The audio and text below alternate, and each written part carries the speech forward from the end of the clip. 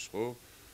ბიძინა ივანიშვილის ავტორიტეტი უფრო ზევით წავა თუ ქვეთ დაიწყებს ჩამოსვლას, ხო? იმის მიხედვით დაიწყებენ ისინი ამ გადაწყვეტილების მიღებას. მე არ ამგონია ხა ჯერჯერობით მეოთხე კვირა არის მიდის და ჯერჯერობით 100-0 უგებს ივანიშვილის სააკაშვილის. ისე რომ ხელიც არ გაუნძრევია სხვათა შორის. აი სააკაშვილის ამ უაზრო უბურთო მანევრირებებმა ძალიან ცუდ მდგომარეობაში ჩააგდო თვითონ სააკაშვილი. მოქალაქეობის საკითხი, ქართულ ჯგუფზე დარტყმის საკითხი, ორივე წარუმატებლად დამთავრდა წმინდა მორალურად. ახლა იურიდიულად მოქალაქეობის საკითხი ჯერ კიდევ წინ არის, იმიტომ რომ აქ მარტო ბიძინა ივანიშვილის საკითხიც არ წყდება, აქ წყდება საფრანგეთის რესპუბლიკის პრესტიჟის საკითხი. იმიტომ რომ ივანიშვილი არის საფრანგეთის რესპუბლიკის პრეზიდენტის მოქალაქე. და კიდევ ერთ-ერთი შეცდომა დაცვის განიარაღება. ხო? აბსოლუტურად მშვიდად წყნარად მოხდა ესა და განცხადებაც იყო, რომ საერთოდ მარტო გაათენებს ის ღამეს სახლში. ანუ თვით დაჯერებულობა და სიმშვიდე ბიძინა ივანიშვილს რომ აქვს, მე მგონი ამაში დამეთანხმებით ყველა და ტანსაცმლიდან რო არის ამოვარდნილი სააკაშვილი, მე მგონი ამაზედაც უნდა დამეთანხმოთ.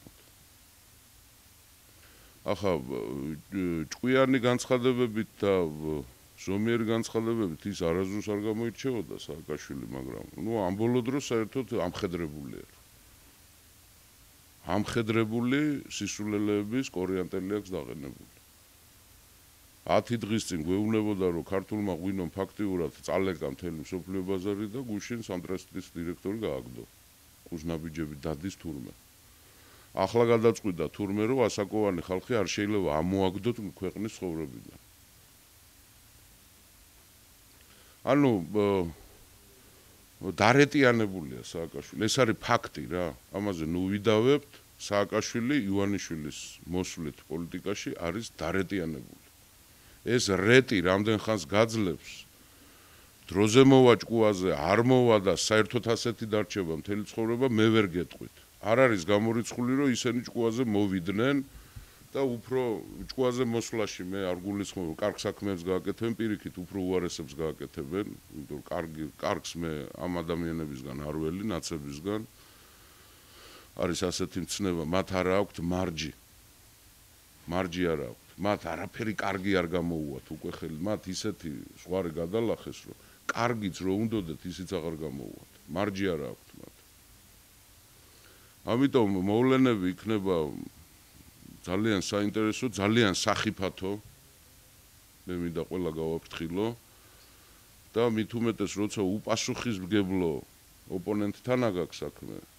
პასუხისმგებლობა შენ თუ ჭკვიანი ხარ, ხო? პასუხისმგებლობა შენი იზრდება, ძველ ბერძნებს აქვთ ასეთი რამ ნათქვამი და აბსოლუტურად დავეთანხმებ, ბევრ ამაში ვეთანხმები ძველ ბერძნებს, საერთოდ. დამჩემდა ამ ბოლო დროს. ორ მოჭხუბარ შორის დამნაშავე არის ის, ვინც უფრო ჭკვიანია.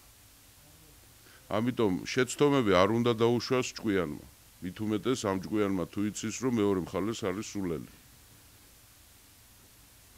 ამიტომ ორმაგი პასუხისმგებლობა მართებს ახლა ქართულ ოპოზიციას. საკუთარი თავის და სააკაშვილის ინტრიგების. დიახ. მოგუბას ისევ ეროვნულ ფორუმს მინდა დაუბრუნდეთ. თუ კი აღმოჩნდა ის, ანუ იმიტომ გეკითხებით ამას, რომ ჯერ არ არის გარკვეული განსხვავებით რესპუბლიკელებისა და ალასანიასგან. თუ კი აღმოჩნდა ისე, რომ ეროვნული ფორუმი არ მოხვდა საარჩევნო ბლოკში ივანიშვილთან ერთად, როგორი იქნება შემდეგ თქვენი სამოქმედო გეგმა, ანუ მოგახსენებთ. ყოლა დავითაშვილმა განაცხადა მაგალითად, რომ თუ კი ისინი არ მოხვდნენ არჩევნებში ივანიშვილთან ერთად, ისინი საერთოდ არ მიიღებენ არჩევნებში მონაწილეობას. ამ შემთხვევაში რა ხდება ფორუმთან მიმართება? მე გეტყვით ერთ რამეს, აქ შემოდის საკითხი, ერთი ძალიან მნიშვნელოვანი საკითხი. აქ არ არის პოლიტიკურ პარტიაზე საუბარი. აქ არის ეროვნული საკითხი საქართველოში. ეროვნული საკითხი საქართველოში მე-19, მე-20 და 21 საუკუნის დასაწყისში ვართ ახლა ჩვენ, გადაწყვეტილი არ არის. ეროვნული საკითხის მოუგვარებლობის პირობებში ნებისმიერი რეფორმატორი, რომელიც არ უნდა მოვიდეს ხელისუფლებაში, კრახს განიცდის. ამ შემთხვევაში ეროვნული ფორუმი მყარად დგას ეროვნული საკითხის პრიორიტეტის პოზიციაზე და ეროვნული ფორუმი ყოველთვის იქნება ამ საკითხის გადაწყვეტის ერთგული. ამიტომ ყველას ექნება ამ პრობლემასთან საქმე. როგორც ოპოზიციას, ისე ხელისუფლებას. ასე რომ ნახოთ, როგორ იქნება, რანაირად იქნება, იმიტომ რომ ჩვენ თუ ვამბობთ, რომ ეროვნული სახელმწიფო უნდა ჩამოყალიბდეს, ეროვნული სახელმწიფოს ჩამოყალიბებაში თავარი პირობა არის ეროვნული საკითხის გადაწყვეტა. ქვეყნის შიგნით და ქვეყნის გარეთაც. გასაგები მაშინ დავიკონკრეტებთ უფრო მიიღებთ თუ არა საპარლამენტო არჩევნებში მონაწილეობას ბიძინა ივანიშვილის გაერთიანების მიღება.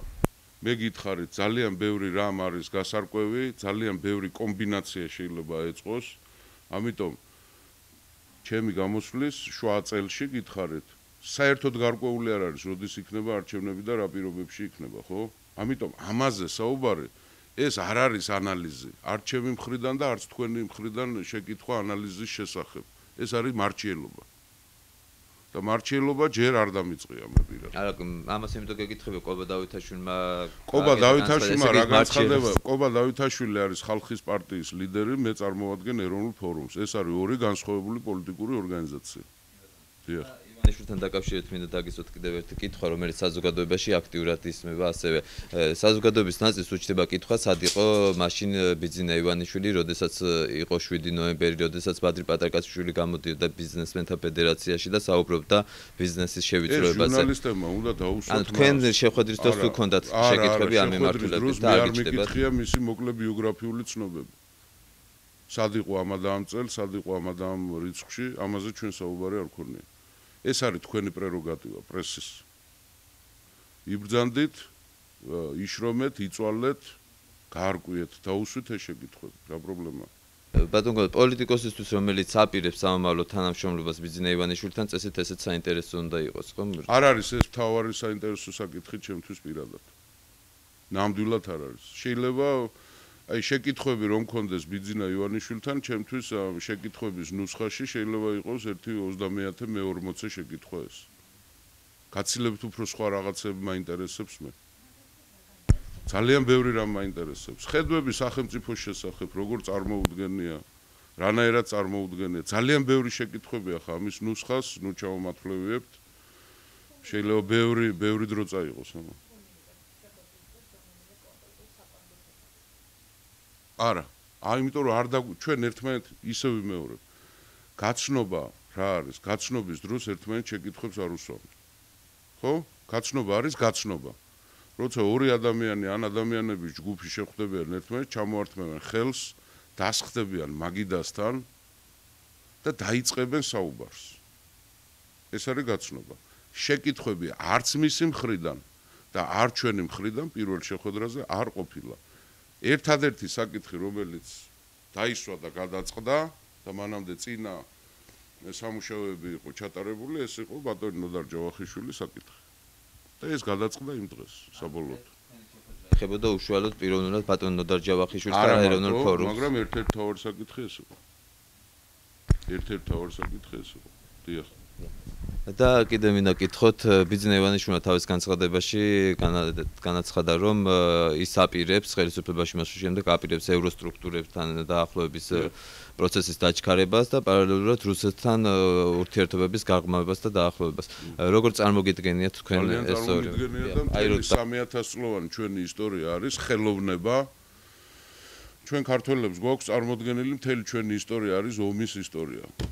ღმერთმა ეს გამოირთოს ხოთა შორის ვისი არის ესა რომ თუ გინდათ ხო მთელი ჩვენი ისტორია ჩვენ გონია რომ არის მარტო სამხედრო ხელოვნების ისტორია არავითარ მთელი ბოლო 30 საუკუნის განმავლობაში ჩვენი წინაპრები ბალანსის პოლიტიკით ასულდგმულებდნენ ჩვენ ქვეყანას ბალანსის პოლიტიკით საქართველოს რომ ჭირდება საგარეო ურთიერთობებში ბალანსის პოლიტიკა ამაზე არაერთგზის მეც ეროვნულ ფორუმსაც, ოპოზიციის მნიშვნელოვან ნაწილსაც არაერთგზის გვიხსენები ეს, ამიტომ სიახლე ამ იდეაში, რომ ბატონმა ბიძინამ რაც თქვა, ეს არის დადასტურება იმისი, რაც სწორია.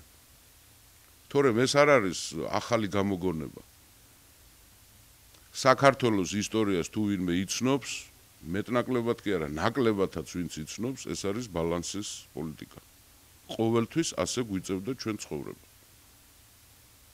მაგალითებს რო ჩამოვყვე, ერთი სემესტრის სალექციო კურსი დამჭირდება მე ამას. ასე რომ აბსოლუტურად მისაღებია ეს. ევროპასთან დაახლოება არ უშლის ხელს რუსეთთან ურთიერთობების მოგვარებას. არავითარ შემთხვევაში. ჩვენა ვართ ქართველები დღეს ქართული სახელმწიფო, ქართული საზოგადოება ჩარჩენილია 70-იან 80-იან წლებში, როცა ჩვენ ვართ ცივი ომის ეპოქაში ახლა. ამერიკას და საბჭოთა კავშირის შორის დაპირისპირება როცა იყო და ოფიციალურად გაუქმებულია ცივი ომი, ორივე მხარემ, რუსეთმაც და ამერიკამაც თქვა, რომ ჩვენ დღეიდან აღარა ვართ მეტოქეები, ჩვენ ვართ პარტნიორები. ამის 1000 მაგალითი ავღანეთი ნახეთ. ავღანეთში ამერიკული სამხედრო შენაერთები უმეტესწილად მარაგდება იმ სამხედრო ბაზებისგან შუა აზიაში, სადაც რუსების გავლენა არის ძალიან მაღალი. მე ერთ რამეს გეტყვით. საბჭოთა კავშირმა ომი ავღანეთში წააგო მას შემდეგ, რაც სტინგერები გამოჩნდა ავღანელი მეამბოხეების ხელში, ხო? ანუ ჰაერი როცა გაანეიტრალეს ავღანელებმა, მის მერე საბჭოთა კავშირი დამარცხდა იქ. დღეს ამის საშუალება ავღანელებს არ აქვთ. რა არ შეუძლიათ რუსული იარაღი შეიძინონ, მაგრამ ჩაკეტილი აქვს ეს რუსეთს. რუსეთი და ამერიკა უკვე დიდი ხანია არიან პარტნიორები. და პარტნიორები არიან ძალიან ბევრ საკითხში, მაგრამ არსებობს ერთი მათთვის მცირე საკითხი, ჩვენ შეიძლება გვეწყინოს ეს, მაგრამ საქართველო და კავკასია უმთავრესი საკითხი არ არის ამერიკა-რუსეთის ურთიერთობებს შორის. წელებზე ფეხი რო დაიდგას ახლა ქართულმა ტელევიზიებმა და რო ესე თავარ გეოსტრატეგიულ პრობლემად გამოაცხადოს კავკასია, ეს ასე არ არის. მათთვის საქართველო და კავკასია არის ერთ-ერთი უმნიშვნელო საკითხი, რომელიც ერთი არაჭკვიანი კაცის გამო გადადებული აქვთ საკუჭნაოში. ეს არაჭკვიანი კაცი არის სააკაშვილი. ჩვენ გამოვიდეთ ცივი ომის ეპოქიდან. მოუწოდებს უყველას. 30 წლით უკანა ვართ წასულები. დაახლოება არ მithქვამს მე. ხო. არავითარ შემთხვევაში.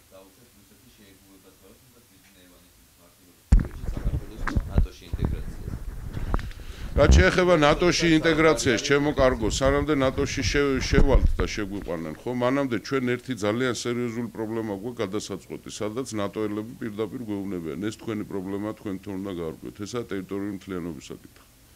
ნატოში ღებულობენ იმ სახელმწიფოს, რომელსაც არ აქვს ტერიტორიული პრობლემები. ეს ერთ-ერთი მთავარი პირობაა. ის ნატოელები გვეკითხებიან, გაარკვიეთ ქართველებმა, თქვენ ფსოუდან შემოდიხართ თუ ენგურიდან შემოდიხართ ნატოში. ეს ჩვენი გასარკვევია. ეს ილუზიები, რომ ნატოელები გაგვირკვევდნენ ამას და შოტლანდიელები და ესპანელები და პორტუგალიელები იომებდნენ რუსეთთან და ლამის ბირთვულ ომს დაიწყებდა ამერიკა რუსეთთან, ეს ილუზიები ხო იყო ჩვენთან? იყო 2008 წელსაც იყო. ომის დროსაც ქართველების დიდი ნაწილი ველოდებოდით ამერიკა როდის ესროდა ატომურ ბომბს მოსკოვს. არიან ასეთები ჩვენთან, ასეთ ტვინაღრძობი ადამიანები, სამწუხაროდ ბევრნი არიან. ღვთისმადლით უმეტესობა არ არიან, მაგრამ იმდენი კი არიან, რომ განწყობაზე იქონიონ, საზოგადოებრივ განწყობაზე იქონიონ გავლენა. ამიტომ ეს საკითხი ჯერ ჩვენ აგვაქვს გადასაწყვეტი ნატოში ენგურიდან შევდივართ თუ ფსოუდან.